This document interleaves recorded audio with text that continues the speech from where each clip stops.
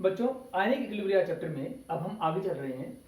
Ionisation और dissociation, ये दो बातें हम डिस्कस करेंगे पहले, और उसके बेस पर कुछ और बातें कि आयोनाइजेशन ऑफ वीक इलेक्ट्रोलाइट्स, ये बात करेंगे।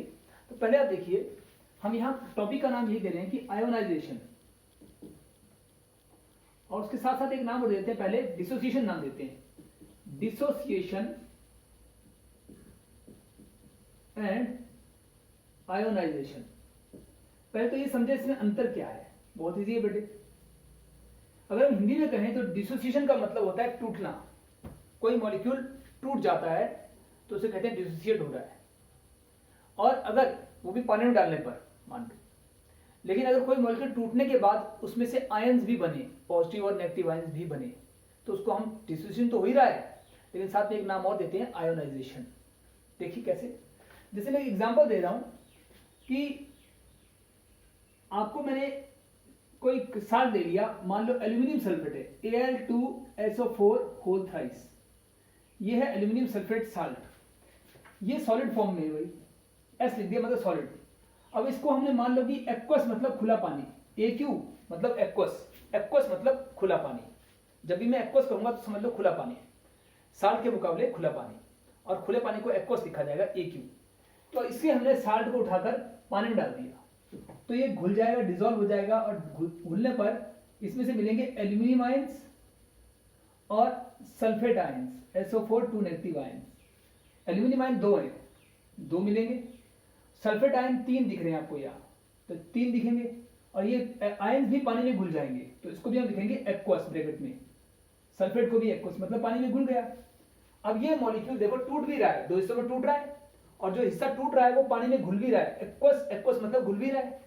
यदि कोई मॉलिक्यूल टूट भी जाए और घुल भी जाए, तो टूटने के लिए तो कहेंगे डिसोसिएशन, और घुलने के लिए घुलकर आयंस भी दे तो कहेंगे आयोनाइजेशन। तो ये है बात, पहले कोई मॉलिक्यूल टूटता है, डिसोसिएट होता है, उसके बाद आयोनाइज होता है। हर मॉलिक्यूल आयोनाइज नहीं हो सकता। जैसे एक एग्जांपल देखिए, कैल्शियम कार्बोनेट है, उसको अगर हम हीट कर रहे हैं तो वो टूट कर क्या देगा, टूट तो जाएगा कैल्शियम ऑक्साइड और CO2 में, लेकिन ये कैल्शियम ऑक्साइड और CO2 कोई आयंस नहीं है। ये टूट रहा है लेकिन घुल नहीं रहा, और घुल रहा है लेकिन आयनाइज नहीं हो रहा। मतलब तो कई मॉलिक्यूल टूटते हैं लेकिन आयनाइज नहीं होते, लेकिन कुछ मॉलिक्यूल ऐसे हैं जो टूटते भी हैं मतलब डिसोसिएट भी होते हैं, और आयनाइज भी होते हैं मतलब आयंस भी देते हैं। तो ये बात हमें पहले जाननी होगी कि डिसोसिएशन और आयनाइजेशन में अंतर क्या होता है। इसके बाद हम आगे चलते हैं, जैसे इस मॉलिक्यूल का डिसोसिएशन भी हो रहा है, आयनाइजेशन भी हो रहा है। अब इस बात को मैं यहाँ से बिठा देता हूँ और एक नई बात शुरू करता हूँ आपके साथ कि स्ट्रॉन्ग इलेक्ट्रोलाइट और वीक इलेक्ट्रोलाइट की बात करते हैं।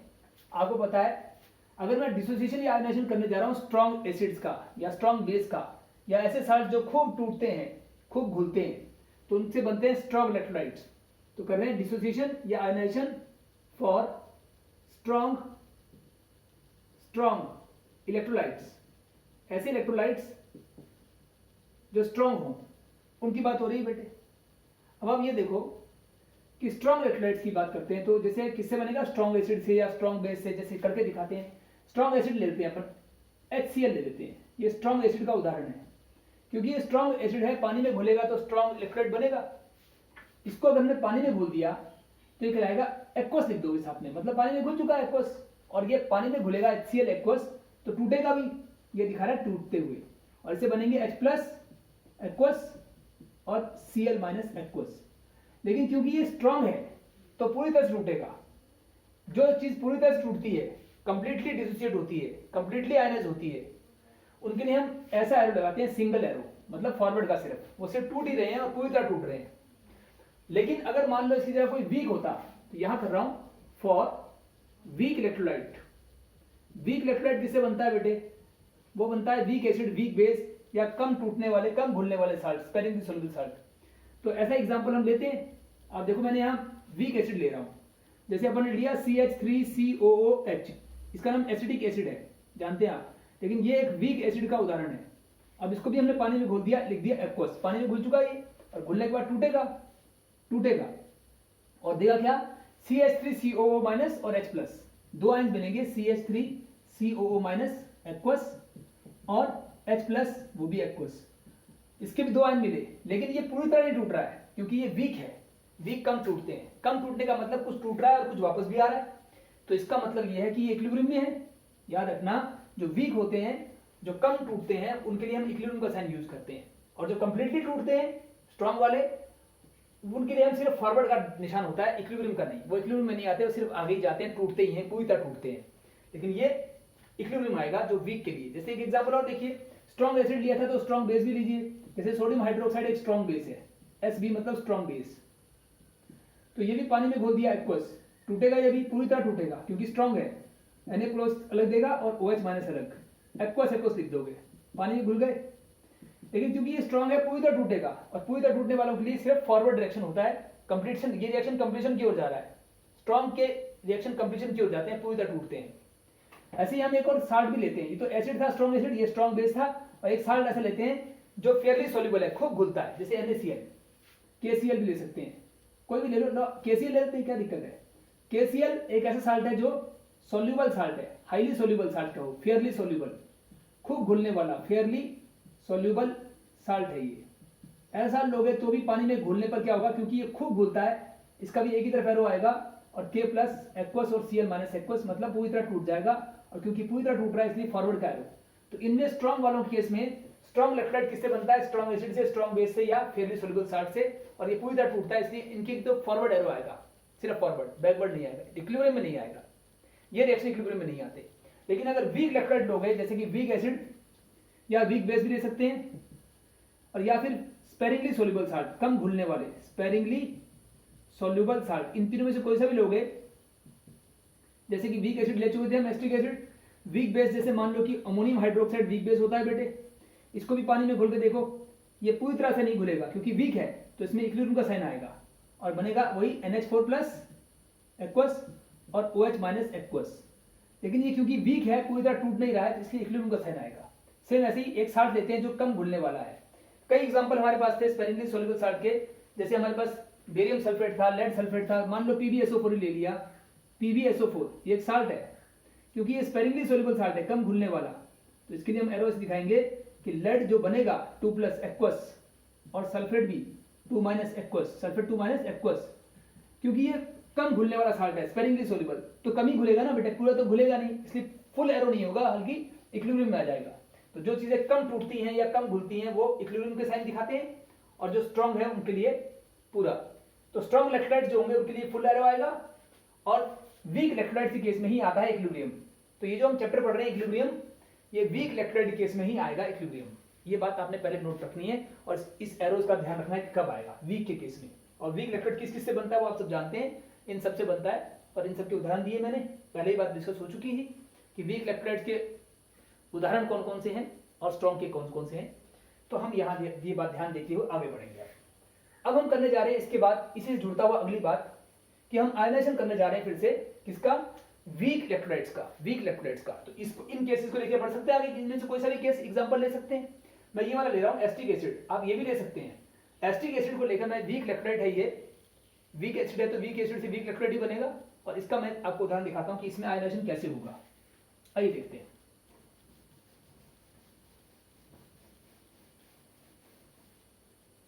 तो हमने लिखा अगला इसी से जुड़ता हुआ कि आयनाइजेशन ऑफ या डिसोसिएशन ऑफ, कैसे भी कह लो, आयोनाइजेशन या डिसोसिएशन किसका हो रहा है, ऑफ वीक इलेक्ट्रोलाइट्स। We का मतलब क्या है, वीक इलेक्ट्रोलाइट्स। एक बार यहां लिख भी दें, ऐसे का मतलब हम बता चुके थे स्ट्रॉन्ग एसिड के लिए होता है, स्ट्रॉन्ग एसिड के लिए हम ऐसे यूज करेंगे, वीक एसिड के लिए Wa, ऐसे स्ट्रॉन्ग बेस के लिए Sb, स्ट्रॉन्ग बेस के लिए Sb, वीक बेस के लिए Wb, तो लिख रहा हूं Wb का मतलब वीक बेस।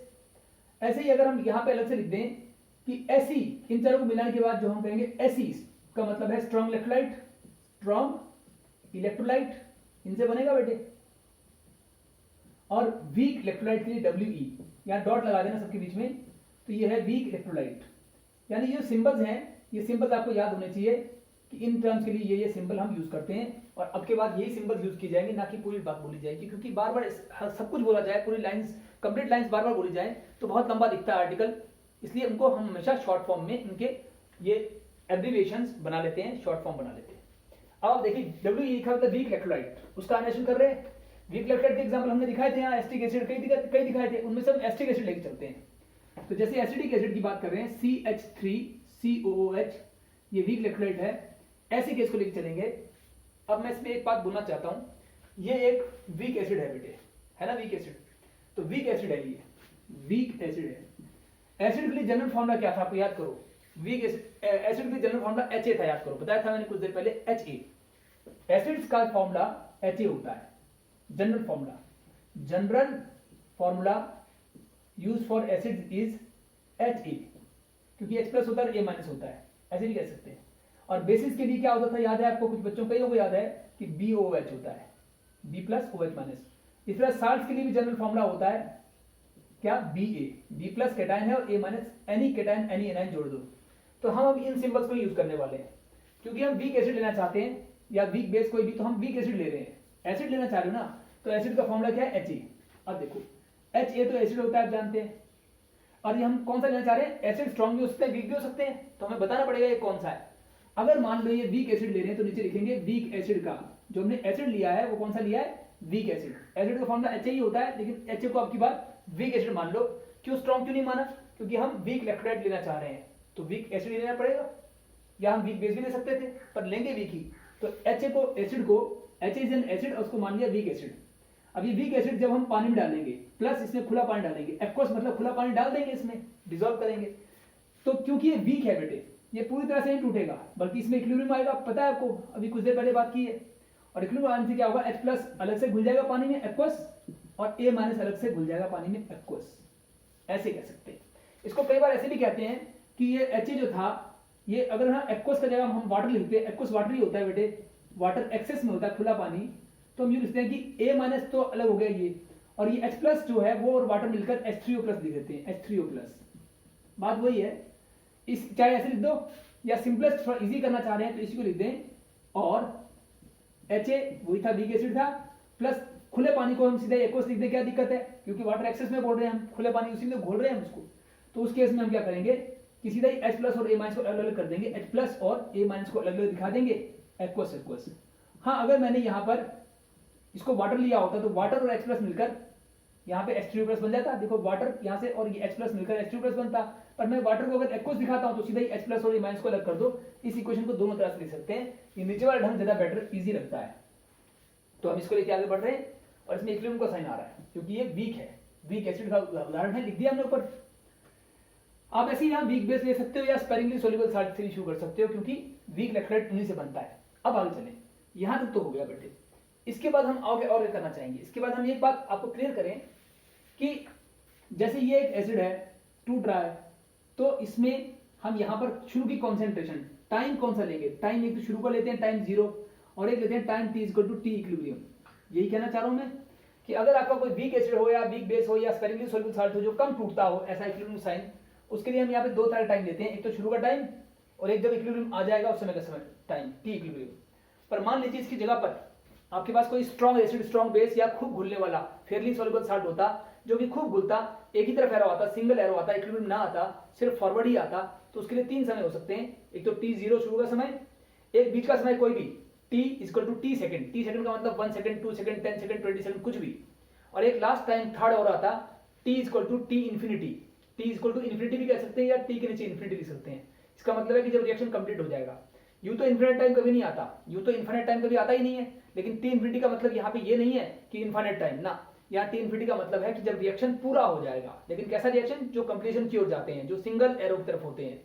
लेकिन जो इक्विलिब्रियम की जैसे होते हैं उनमें कभी पूरा रिएक्शन कभी नहीं होता है, उसमें तो इक्विलिब्रियम प्लानिटी रुक जाता है और उसमें प्रोडक्ट और रिएक्टेंट दोनों रहते हैं, खत्म कभी नहीं होते, तो रिएक्शन कंप्लीट कभी नहीं होता है, इक्विलिब्रियम पे आकर रुक जाता है। क्योंकि ऐसा रिएक्शन जो इक्विलिब्रियम में है वीक इलेक्ट्रोलाइट केस में, वो बीच में ही रुक जाता है, इसलिए उसका एक ही समय आएगा t0 के बाद सिर्फ एक ही और आएगा t इक्विलिब्रियम, जब इक्विलिब्रियम आ जाएगा।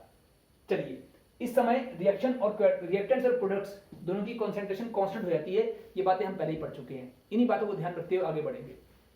अब देखिए, टाइम t इक्वल टू 0 मतलब इनिशियल टाइम, शुरू का समय, इनिशियल, या तो लिख दो इनिशियल टाइम या उसी को कहते हैं इनिशियली भी कह सकते हैं, मतलब शुरुआत में क्या हुआ, शुरू में जो रिएक्टेंट होता है इसकी कॉन्सेंट्रेशन हम c मान लेते हैं।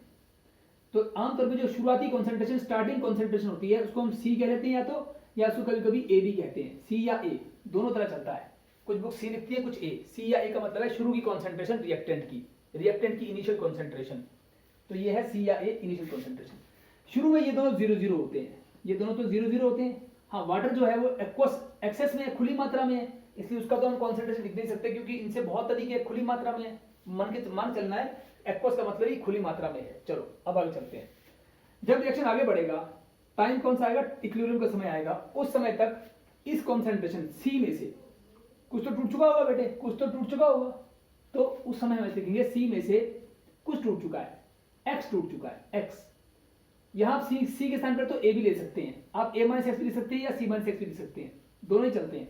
चलो मैं ऐसे करता हूं, सी माइनस एक्स लिखता हूं, सी में से कुछ टूट चुका है, एक्स टूट चुका है। एक मिनट रुकिए, पेन को बदल देता हूं। ये देखिए, आप चाहो तो सी माइनस एक्स लिखो या ए माइनस एक्स। तो इस कॉन्सेंट्रेशन को, ये ए है या सी कुछ भी मान लो, उसमें से कुछ मॉलिक्यूल टूट चुके होंगे क्योंकि रिएक्टेंट तो खत्म ही होते हैं, आगे बढ़ते हैं। तो उसमें से कुछ मॉलिक्यूल टूट चुके हैं, ए मोल्स में से एक्स मोल्स टूट चुके हैं, ऐसा मान लो। लेकिन इसको हम एक ढंग से और ले सकते हैं, और अगर हम ए के स्थान पे सी चाहे तो सी भी ले सकते हैं बेटे, क्योंकि ए और सी एक ही बात है, इनिशियल कॉन्सेंट्रेशन। और यहां पर हम क्या करते हैं, माइनस ये जो मोल्स टूट चुके हैं, जो मोल्स टूट चुके हैं उनको हम एक तरह से ले सकते हैं, इस एक्स का मतलब लिखते हैं सी अल्फा। इस एक्स का मतलब क्या हो सकता है, सी अल्फा। कैसे बताता हूं, यहां लिखता हूं कि एक्स का मतलब यहां पे होता है सी अल्फा के बराबर। एक्स क्या था, एक्स था नंबर ऑफ मोल्स जो टूट चुके हैं, उसको लिखेंगे एक्स था नंबर ऑफ मोल्स जो टूट चुके हैं, मतलब डिसोसिएटेड जो टूट चुके हैं। और ये एक्स जो होता है किसके बराबर लिया जाता है, एक्स होता है सी अल्फा के बराबर। सी क्या थी, इनिशियल कॉन्सेंट्रेशन, लिख देते हैं सी क्या है, सी या ए, वो क्या थी, शुरुआत की कॉन्सेंट्रेशन। शुरुआत मतलब इनिशियल, शुरू की कॉन्सेंट्रेशन, इनिशियल कॉन्सेंट्रेशन थी ये टर्म्स को ध्यान रखिए। सी या ए का मतलब इनिशियल कॉन्सेंट्रेशन, एक्स जो टूट रहे हैं उसका मतलब नंबर ऑफ मोल्स डिसोसिएटेड, और इसी तरह से अब एक्स जो किसके बराबर होता है, सी अल्फा के बराबर होता है। ये सी क्या है, वही शुरू की कॉन्सेंट्रेशन, और अल्फा क्या है कि सी में से कितने परसेंट टूट चुका है। जैसे हम यहां कह रहे हैं सी है, तो सी में से अल्फा की वैल्यू अगर मान लो 20% हो, तो सी में से 20% ऑफ सी, माइनस मतलब टूट चुका है, सी में से 20% ऑफ सी टूट चुका है। यानी अल्फा का मतलब होता है डिग्री ऑफ डिसोसिएशन, जहां अल्फा का मतलब क्या है, टूटने की हद, डिग्री ऑफ डिसोसिएशन मतलब टूटने की हद। इसको कई बार हम परसेंटेज अल्फा भी कहते हैं, परसेंटेज अल्फा भी कह देते हैं। तो इसको हम डिग्री ऑफ डिसोसिएशन मतलब टूटने की हद, डिसोसिएशन मतलब टूटना, और डिग्री मतलब हद, किस हद तक टूटा है। जैसे मान लो कि अगर सी की वैल्यू इनिशियल कॉन्सेंट्रेशन मान लो 5 मोल होती, और 5 तो यहां पे थी, लेकिन 5 में से अब यहां 5 में से टूट जाएगा 5 का ही अल्फा, 5 का ही अल्फा, सी अल्फा। अल्फा का मतलब कुछ परसेंटेज, जैसे कि 5 में से 20% ऑफ 5, ये दे देंगे 20% ऑफ 5 में से ही 5 का 20% माइनस कर दोगे, तो ये 5 तो है सी, ये 5 भी सी ही है फिर तो। और ये जो 20/100 है इसका मतलब 20% है, ऐसे कह सकते हैं, ये 20% है, तो 20% क्या है, अल्फा है, ये अल्फा है, और ये सी है, और ये सी। तो सी माइनस सी अल्फा का मतलब इनिशियल कॉन्सेंट्रेशन तो 5 हो गई, और अल्फा का मतलब कितने परसेंट टूट रहा है, तो उसको मल्टीप्लाई कर देंगे इसके साथ, सी के साथ, और फिर सी में से माइनस कर देंगे, सी माइनस सी अल्फा। इस प्रकार से चीज बनेगी। क्वेश्चन जब आएंगे तो आपको इनकी वैल्यू दे रखी होंगी और पुट करते जाना है। अभी तो थ्योरी समझिए। अब एक बात और, यहां तक कुछ बुक्स में ए माइनस एक्स लिखेगा, कुछ में सी माइनस सी एक्स, बात तो वही है, एक ही चीज है, ए और सी एक ही बात होती है। देखो ए और सी एक ही बात होती है, और एक्स का मतलब सी अल्फा होता है, ये लिखा है। सी तो वही है इनिशियल कॉन्सेंट्रेशन, और अल्फा है डिग्री ऑफ डिसोसिएशन, तो ये होता है। अब आप एक बात देखो, इक्वेशन क्या कह रही है, इक्वेशन कह रही है कि एच का 1 मोल टूटता है तो H प्लस का भी 1 मोल बनता है, और इसका भी 1 मोल, यानी जितने मोल इसके टूट रहे हैं उतने इसके बन रहे हैं। तो यहां से अगर इसके x मोल टूट रहे हैं तो इसके x बनेंगे, बनना मतलब प्लस, इसके भी उतने ही बनेंगे x। या फिर हम यहां देखें तो वही बात है कि और करके ये भी लिख सकते हैं, और इसमें से कितने टूट रहे हैं, सी में से सी अल्फा टूट रहे हैं, सी अल्फा टूट रहे हैं ना, तो यहाँ सी अल्फा बनेंगे, सी अल्फा मतलब उतने ही बनेंगे, बनना मतलब प्लस। तो कुछ बुक्स में ऐसे लिखा मिलेगा और कुछ में ऐसे, बात एक ही है, समझ के चलिए। तो ये है आपका एक तरीका लिखने का। अब हम आगे बढ़ते हैं। अब क्या है बेटे, ये क्या है बेटे, ये T = T इक्विलिब्रियम लिखा था, T = T इक्विलिब्रियम। ये कॉन्सेंट्रेशन जो है ये इक्विलिब्रियम के समय की कॉन्सेंट्रेशन है, ये वाली, और वो थी शुरुआत की कॉन्सेंट्रेशन। शुरू में तो ये 0 थे, शुरू में इसकी कितनी थी, और ये इक्विलिब्रियम के समय की है। अगर हम इसके लिए इक्विलिब्रियम कांस्टेंट लिखना चाहें Kc, तो इक्विलिब्रियम कांस्टेंट जो Kc होता है वो क्या होता है पता है आपको, प्रोडक्ट की कॉन्सेंट्रेशन ऊपर आती है और रिएक्टेंट की नीचे। तो देखो प्रोडक्ट कौन से हैं, H प्लस और A minus, H plus aqueous और A माइनस एक्वस, इन दोनों प्रोडक्ट की कॉन्सेंट्रेशन ऊपर आएगी और दोनों रिएक्टेंट ये दोनों नीचे आएगी, HA और एक्वस, HA की भी नीचे आएगी और एक्वस की भी नीचे आएगी कॉन्सेंट्रेशन। इसका मतलब होता है मोलर कॉन्सेंट्रेशन। ये जो आपको एरो दिख रहा है, इस एरो का मतलब होता है मोलर कॉन्सेंट्रेशन, यानी मोल्स पर लीटर में जो कॉन्सेंट्रेशन होती है, इसका मतलब वो है। तो दोनों प्रोडक्ट्स की ऊपर आ गई और दोनों रिएक्टेंट्स की नीचे आ गई। अब एक बात और, ये जो एक्वस की कॉन्सेंट्रेशन है, खुले पानी की कॉन्सेंट्रेशन, खुले पानी की, ये लिखा है ना एक्वस मतलब खुला पानी, और कॉन्सेंट्रेशन लिखा है। एक और बात है कि ये जो एक्वस लिखा है मतलब खुले पानी की कॉन्सेंट्रेशन, ये हमेशा कांस्टेंट होती है, कांस्टेंट होती है, यानी एक्सेस वाटर की कॉन्सेंट्रेशन हमेशा फिक्स होती है, चेंज नहीं होती है। तो क्योंकि ये कांस्टेंट है बेटे, पानी, खुला पानी जो हम लेते हैं उसकी कॉन्सेंट्रेशन होती है 55.55 मोल पर लीटर। तो ये जो है, ये क्या चीज है, ये है हमारा concentration of pure water, concentration of pure water. खुला पानी मतलब प्योर वाटर ही है बेटे। तो प्योर वाटर की कॉन्सेंट्रेशन जो होती है वो होती है 55.55 मोल पर लीटर। ये तो वैल्यू फिक्स है बेटे, इसका मतलब ये कॉन्सेंट्रेशन कांस्टेंट होती है, ये कांस्टेंट तो है। तो अब सोचो, ये एक कांस्टेंट है, इस कांस्टेंट को और ये इक्विलिब्रियम कांस्टेंट, ये भी कांस्टेंट है, इसका नाम ही कांस्टेंट है। ये दोनों कांस्टेंट को मल्टीप्लाई कर दोगे, इसको यहां लेके मल्टीप्लाई कर दोगे, तो Kc इंटू ये कांस्टेंट हो जाएगा बेटे। दो कांस्टेंट जब मल्टीप्लाई होते हैं तो एक नया कांस्टेंट पैदा होता है, कांस्टेंट और कांस्टेंट मल्टीप्लाई करके कांस्टेंट ही आएगा।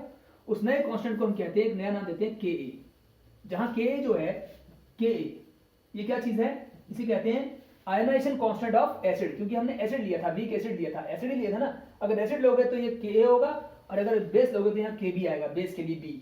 तो ये अभी एक लिए आ रहा है एसिड के लिए, तो Ka क्या है, इसे कहते हैं आयोनाइजेशन कांस्टेंट। आयोनाइजेशन कांस्टेंट किसका लिया हमने, कांस्टेंट किसका लिया है, एसिड का, तो ऑफ एसिड नाम हो गया Ka का आयनाइजेशन कांस्टेंट ऑफ एसिड। अगर कहीं बेस लिया होता तो Kb होता, उसका नाम होता आयनाइजेशन कांस्टेंट ऑफ बेस। चलिए, हमने इन दोनों को मल्टीप्लाई किया, दोनों कांस्टेंट को, तो नया कांस्टेंट आ गया। बाकी ये तो चला गया, बाकी ये तीन बचे अब, तो यहां लिख देंगे H प्लस एक्वस की कॉन्सेंट्रेशन, A माइनस एक्वस की कॉन्सेंट्रेशन, और नीचे Ha की कॉन्सेंट्रेशन, बस यही बचा है, Ha बचा है। लेकिन ये एक्वस यहां से जाके मल्टीप्लाई हो चुका है और ये नया कांस्टेंट आ गया। हमने लिख दिया K जो होता है, ये जो Ka होता है कितना है, K कैसे आया, K आया इन दोनों को मल्टीप्लाई करके, Kc और एक्वस को, तो Ka है Kc into concentration of water, यानी कि इक्विलिब्रियम कांस्टेंट और कॉन्सेंट्रेशन ऑफ एक्वस मतलब खुला पानी, तो इन दोनों को मल्टीप्लाई करके ही Ka आता है। ये भी हमारे पास एक रिलेशन है बेटे, और बाकी रिलेशन तो ये आ ही रहे हैं। तो इस तरह से हमारा ये Ka ionization constant of acid तो आ चुका है, इसको हम बॉक्स में कर देंगे, ये हमारे साथ काम आया आगे जाके, इसलिए हम बॉक्स में कर रहे हैं।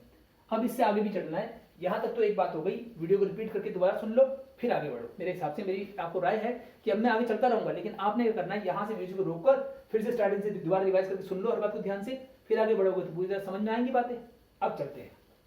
अब देखो, जैसे ये कौन सा लिया था मैंने, Ha का मतलब क्या था, एसिड था। Ha क्या होता है, Ha होता है एसिड, लेकिन एसिड कौन सा लिया हमने, स्ट्रॉन्ग एसिड या वीक बेस, वीक एसिड कौन सा लिया हमने, इसमें वीक एसिड लिया, देखो Wa, क्योंकि इक्विलिब्रियम का साइन तभी आ सकता है जब वीक एसिड होगा, और अगर इक्विलिब्रियम लेंगे तभी तो Ka लेंगे हम, Kc इक्विलिब्रियम कांस्टेंट तभी ले सकते हैं जब इक्विलिब्रियम होगा। सारी बातें कैसे आ रही है, Ka कैसे आया, Ka आया इक्विलिब्रियम कांस्टेंट से, और Kc मतलब इक्विलिब्रियम कांस्टेंट कब आएगा, जब इक्विलिब्रियम होगा, और इक्विलिब्रियम कब होगा, जब यहाँ कुछ वीक लोगे, अगर स्ट्रॉन्ग लोगे तब तो आगे जाएगा रिएक्शन फुल, इसलिए वीक लेना पड़ेगा। और वीक क्या ले सकते हैं, या तो वीक एसिड ले सकते हैं, या वीक बेस ले सकते हैं, या स्पेरिंगली सोल्यूबल साल्ट, कम घुलने वाला साल्ट ले सकते हैं। हमने कौन सा चूज किया था, हमने लिया था वीक एसिड, इसको लेकर आगे बढ़ेंगे। अब मैं इस वीक एसिड का कोई उदाहरण लेके आगे बढ़ता हूँ, एग्जाम्पल लेके। जैसे वीक एसिड का एग्जाम्पल कौन सा लिया था हमने, एसिडिक एसिड CH3COOH, उसको लेकर आगे बढ़ते हैं और एक नई डेरिवेशन और करते हैं इससे आगे की। उसे हम क्या नाम देंगे, उससे हम एक नई क्वेश्चन पहुंचेंगे जिसे कहेंगे ऑस्टवाल्ड डाइल्यूशन लॉ, ये करने जा रहे हैं इसके बाद। तो आप याद रखिएगा, ऐसा ही कोई एग्जांपल लूंगा मैं वीक एसिड का, ये तो एक जनरल फॉर्मूला लिखा है, अब मैं एक्चुअल एग्जांपल लेके चलूंगा कोई ना कोई। तो आओ स्टार्ट करते हैं, आयनाइजेशन सॉरी ऑस्टवाल्ड डाइल्यूशन लॉ। ये देखिए, इसको यहां से मिटाकर मैं आगे बढ़ रहा हूं।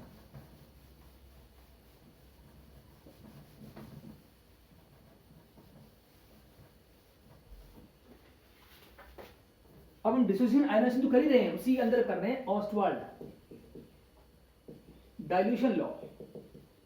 ये लॉ भी तभी लगेगा जब वीक लोगे आप electrolyte, weak acid, weak base, या स्पेरिंगली सोल्यूबल साल्ट, इनमें से कोई लोगे, जिनमें इक्विलिब्रियम आता है वो लोगे। अगर आपने स्ट्रॉन्ग लिया तो उसके लिए कोई मायना नहीं है इस लॉ का। तो चलते हैं, ऑस्टवाल्ड डाइल्यूशन लॉ किसके लिए लग रहा है, वीक इलेक्ट्रोलाइट के लिए, मतलब वीक एसिड, वीक बेस, या स्पेरिंगली सोल्यूबल साल्ट के लिए। तो मैं वीक एसिड ले रहा हूं, जैसे एग्जांपल लिया मैंने CH3COOH, इसका नाम है एसिटिक एसिड। एसिटिक एसिड जो होता है वो एक Wa मतलब वीक एसिड होता है, Wa मतलब वीक एसिड होता है वो। तो अब इसको भी अगर हम खुले पानी डालें प्लस एक्वस, मतलब खुले पानी डाल दिया, तो यहाँ पे इक्विलिब्रियम आएगा क्योंकि ये वीक है, और इसको टूट के क्या बनेगा, CH3COO माइनस अलग हो जाएगा और H प्लस अलग हो जाएगा और दोनों पानी में घुल जाएंगे, एक्वस एक्वस, बीच में प्लस लगा दिए, 2 हिस्से हो गए बेटे, घुल गया, आयनाइज हो गया, पहले टूटा डिसोसिएट फिर आयनाइज हो गया। अब आगे चलते हैं।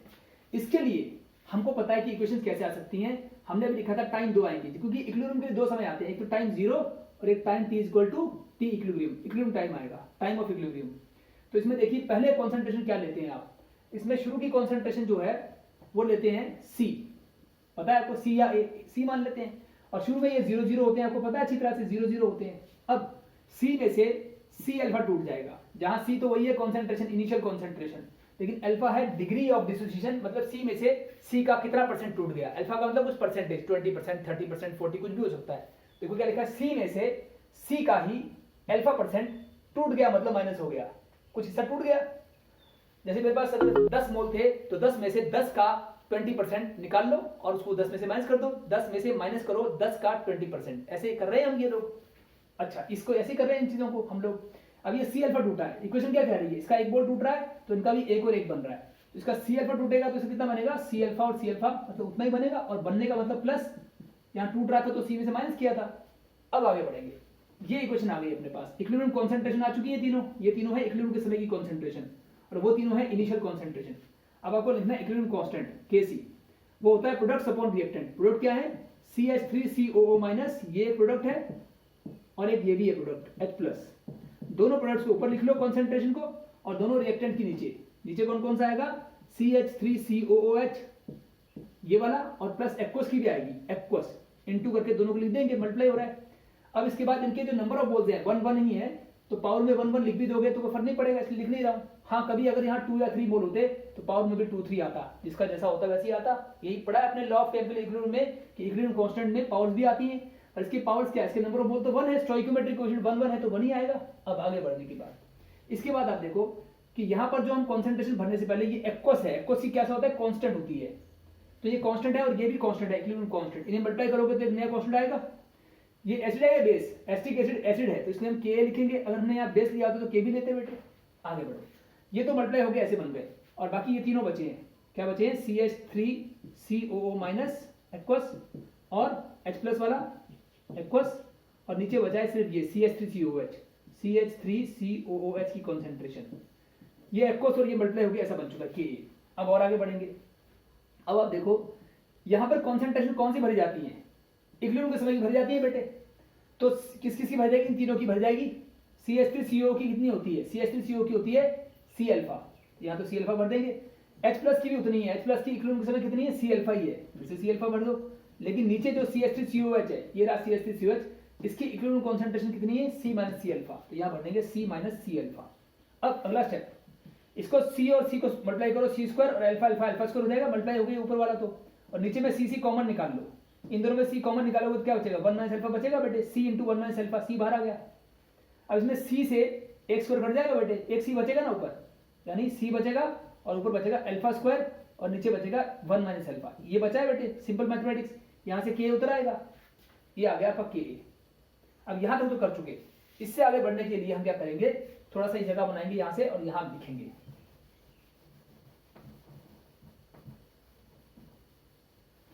ये देखिए, इसके आगे हम क्या करेंगे, ये 1 माइनस अल्फा लिखा है, अल्फा क्या होता है, डिग्री ऑफ डिसोसिएशन, अल्फा क्या होता है, डिग्री ऑफ डिसोसिएशन, टूटने की हद। लेकिन क्योंकि ये वीक इलेक्ट्रोलाइट लिया हमने, वीक एसिड वीक बेस ऐसा कुछ भी लोगे तो वीक है ना, कम ही टूटेगा ना, बहुत कम टूटेगा, तो इसका टूटने की हद कैसे होगी, कम होगी, मतलब अल्फा बहुत छोटा होगा। तो फॉर वीक इलेक्ट्रोलाइट, जैसे कि वीक एसिड वीक बेस या स्पेरिंगली सॉल्युबल साल्ट कोई भी ले सकते हैं, वीक इलेक्ट्रोलाइट के लिए हमें पता है alpha is very small, very very small, alpha बहुत कम होता है, टूटने की हद बहुत कम होती है क्योंकि वो वीक है। और अगर अल्फा बहुत छोटा है तो इस 1 के मुकाबले अल्फा बहुत छोटा है, तो therefore alpha can be neglected, can be neglected, इसको नेग्लेक्ट कर सकते हैं कौन, अल्फा कैन बी नेग्लेक्टेड हो सकता है। और इसका मतलब 1 में से अगर अल्फा माइनस हो रहा है, अगर अल्फा को नेग्लेक्ट कर दी जाए तो नियरली इक्वल टू 1 ही रहेगा, अल्फा खत्म कर दो तो 1 ही रहेगा। 1 के मुकाबले अल्फा कितना है, बहुत कम, 1 के मुकाबले अल्फा है 0.00002, ऐसे, तो 1 के मुकाबले कुछ भी नहीं है, तो 1 से अगर नेग्लिजिबल अल्फा को हटा दी जाए तो 1 ही रहेगा, 1 में से कुछ भी माइनस नहीं हुआ, नेग्लिजिबल माइनस हुआ तो 1 आ गया। इस 1 माइनस अल्फा को हम 1 लिख सकते हैं, तो यहाँ पर भी हम ये करेंगे, इस 1 माइनस अल्फा को तो 1 कर देंगे, डिनोमिनेटर तो 1 हो जाएगा, बचेगा क्या, बचेगा K A equal to C alpha square, C बचेगा। इतना करने के बाद देयरफॉर आ जाएगा K A equal to C alpha square आएगा। इससे अगला स्टेप देखो, ये करने के बाद अगला स्टेप यही आएगा, हम आगे चल रहे हैं बेटे। अब इसमें से हम छोटी चीज करने वाले हैं कि अल्फा स्क्वायर कितना आएगा, अल्फा स्क्वायर आएगा के ए बाय सी, सी को नीचे ले आए तो के ए बाय सी हो गया, और अल्फा कितना हो जाएगा, अल्फा हो जाएगा under root K a by सी, क्योंकि अल्फा स्क्वायर का स्क्वायर हटाओ, यहाँ पर भी अंडर रूट कर दो, दोनों तरफ स्क्वायर रूट कर दो, इसका स्क्वायर रूट करोगे तो अल्फा आएगा, इसका स्क्वायर रूट करोगे तो के ए बाय सी आएगा। ये हमारे पास इक्वेशन आ गई जो हमें डिग्री ऑफ डिसोसिएशन अल्फा की वैल्यू बता रही है, alpha equal to under root K a by C, जहां पर अल्फा तो है degree of dissociation, under root तो पता ही आपको, और के का मतलब आयनाइजेशन कांस्टेंट ऑफ एसिड, और सी का मतलब इनिशियल कॉन्सेंट्रेशन, ये रहा इनिशियल कॉन्सेंट्रेशन, जो टाइम 0 पे होती है वो होती है इनिशियल कॉन्सेंट्रेशन। अगर हमें इसमें तीनों वैल्यू आप देख रहे हो के, सी और अल्फा, मान लो आपको के और सी की वैल्यू दी होगी तो आप अल्फा निकाल सकते हो, या आपको अल्फा और सी की वैल्यू दी होगी तो पुट कर देना, तो फिर के निकाल लोगे। इन तीनों में से कोई भी दो वैल्यू दी होगी और एक नहीं दी होगी तो आप थर्ड निकाल सकते हो। आगे बढ़ते हैं, इसमें एक छोटा सी बात और कि जो कॉन्सेंट्रेशन होती है ना, इसका उल्टा 1/v होता है। सी 1/v की उल्टी क्यों होती है, सी तो है कॉन्सेंट्रेशन, पता है ना आपको, सी का मतलब कॉन्सेंट्रेशन, इनिशियल कॉन्सेंट्रेशन है लेकिन है तो कॉन्सेंट्रेशन ही, और कॉन्सेंट्रेशन जैसे हम मान लेते हैं मोल पर लीटर, मोल पर लीटर होती है ना बेटे कॉन्सेंट्रेशन। अगर हम मोलरिटी लेते हैं, मोलरिटी में कॉन्सेंट्रेशन ले रहे हैं इन मोलरिटी, मोलरिटी वाली कॉन्सेंट्रेशन ले रहे हैं, और मोलरिटी की डेफिनेशन उठा के देखी क्या थी, मोलरिटी था मोल्स पर लीटर, तो हमने लिखा है मोल्स पर लीटर, तो कॉन्सेंट्रेशन हो गया मोल पर लीटर। अच्छा, मोल, एक मोल के लिए फॉर 1 मोल, अगर हम 1 मोल लेते हैं, 1 मोल, तो ये ऊपर वाला मोल तो 1 हो जाएगा, तब कॉन्सेंट्रेशन कितना आ जाएगा 1/लीटर, ऐसा आ जाएगा, क्योंकि ऊपर का मोल तो 1 हो गया, 1 मोल के लिए मोल 1 होता है, तो ऊपर का मोल 1 हो जाएगा तो नीचे लीटर बचेगा, सी इक्वल टू 1/लीटर। ये लीटर जो होता है ये किसकी यूनिट होती है, कॉन्सेंट्रेशन यूनिट होती है बेटे। तो हमने मोलरिटी वैसे ही पढ़ा था, मोलरिटी को हमने ऐसे ही पढ़ा था, मोलरिटी था number of moles upon volume, याद है ना, number of moles of solute upon volume of solution, तो मोलरिटी होता है number of moles upon volume. 1 mole के लिए for 1 mole number of mole 1 हो जाएगा बेटे, 1 मोल के लिए n इक्वल टू 1, ऊपर का नंबर ऑफ मोल 1 हो जाएगा तो क्या बचेगा, सिर्फ नीचे v बचेगा, और यहां से c उतर आएगा बेटे, तो c इक्वल टू 1/v हो सकता है 1 मोल के लिए। तो हम यहां पर लिख देंगे फॉर 1 मोल, 1 मोल के लिए क्या हो जाएगा, alpha equal to under root, alpha equal to under root क्या हो जाएगा, सोच के देखो, alpha equal to under root हो जाएगा, के तो के ही रहेगा लेकिन सी का उल्टा हो जाएगा, क्योंकि 1 मोल के लिए सी की वैल्यू होती है 1/v, तो इस सी की जगह 1/v पुट कर दोगे तो आ जाएगा ऊपर v आ जाएगा बेटे, हो जाएगा अपना formula alpha equal to under root K into V. आप इन दोनों में से कोई भी फॉर्मूला ले सकते हो, एक तो है alpha equal to under root K upon C, और दूसरा है 1 मोल के लिए under root K into V. लेकिन अपन ये वाला फॉर्मूला जो बॉक्स में लिखा है ये ज्यादा यूज करते हैं, alpha equal to under root K into divide by C. अब इसको आप नोट कर लीजिएगा, ये जो formula alpha equal to under root K by C, मतलब डिग्री ऑफ डिसोसिएशन अल्फा जो हमने लिखा था, अल्फा का मतलब डिग्री ऑफ डिसोसिएशन वो होता है under root K upon C. ये आपके इक्वेशन में यूज आएगा, न्यूमेरिकल्स में यूज आएगा। लेकिन ये इक्वेशन तभी आती है जब हमारा वीक इलेक्ट्रोलाइट हो, तो ऑस्टवाल्ड डाइल्यूशन लॉ वीक इलेक्ट्रोलाइट के लिए लगता है, स्ट्रॉन्ग के लिए नहीं लग सकता, क्योंकि स्ट्रॉन्ग में तो इक्विलिब्रियम आएगा ही नहीं, उसमें सिर्फ फॉरवर्ड एरो होगा। फिर ये सब बातें कैसे कर सकते हैं, इक्विलिब्रियम कांस्टेंट कैसे ले सकते हो, कुछ भी नहीं, तो इसलिए ये वीक के लिए होता है। अब एक छोटी सी बात कहना चाहता हूँ कि हमने यहाँ पे वीक एसिड लिया था, वीक इलेक्ट्रोलाइट किससे बनता है, वीक एसिड से या वीक बेस से या स्पेरिंगली सोल्यूबल साल्ट से। मैंने वीक एसिड लिया तो फॉर्मूला ये आया अल्फा इक्वल टू के अपॉन सी। के क्या है, आयनिस्टिक कांस्टेंट ऑफ एसिड, क्योंकि मैंने एसिड लिया था। अब अगर मैं बेस ले लूं, यहाँ बेस ले लूं कोई वीक बेस, तो उसमें यहाँ आएगा अल्फा इक्वल टू के बी अपॉन सी आ जाएगा। बी मतलब के बी मतलब आयनिस्टिक कांस्टेंट फॉर बेस, बेस हो जाएगा अगर मैं बेस लूंगा तो इसको मैं यहाँ पे कहीं ना कहीं लिख देता हूँ, ऊपर का आप नोट कर चुके हो, और मैं यहाँ पे इसको मिटाकर यहाँ पे एक नोट लिख देता हूँ कि एसिड के लिए तो ये आ रहा है अपना, और अगर मैं लेता हूँ तो फॉर एसिड्स, वीक एसिड के लिए क्या हो जाएगा, alpha equal to under root K upon C. ये तो अभी हमने डिराइव किया है यहाँ पे, देखो इस तरह से। For weak base, weak base के लिए क्या हो जाएगा, अल्फा इक्वल टू, सब स्टेप सेम आएंगे, बस यहाँ पे के बी आ जाएगा और कुछ नहीं, के बी अपॉन सी। तो ये फॉर्मूले आपको दोनों ध्यान रखने हैं कि वीक एसिड्स के लिए ये फॉर्मूला और वीक बेस के लिए ये फॉर्मूला। ये वीक एसिड और वीक बेस दोनों ही स्ट्रॉन्ग में नहीं होते, बल्कि किस में होते हैं, वीक इलेक्ट्रोलाइट में होते हैं। तो वीक इलेक्ट्रोलाइट में चाहे वीक एस हो या वीक एसिड हो या वीक बेस हो, उनके लिए ये वाले फॉर्मूले रिस्पेक्टिवली आप लगाएंगे क्वेश्चन आंसर में।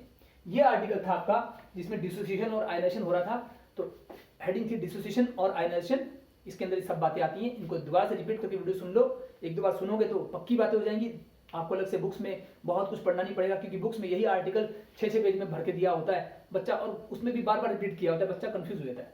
आप वीडियो को ढंग से सुनिए, फिर ये आर्टिकल हो जाएगा, फिर इसके बाद हम नेक्स्ट आर्टिकल शुरू करेंगे। थैंक यू बच्चों।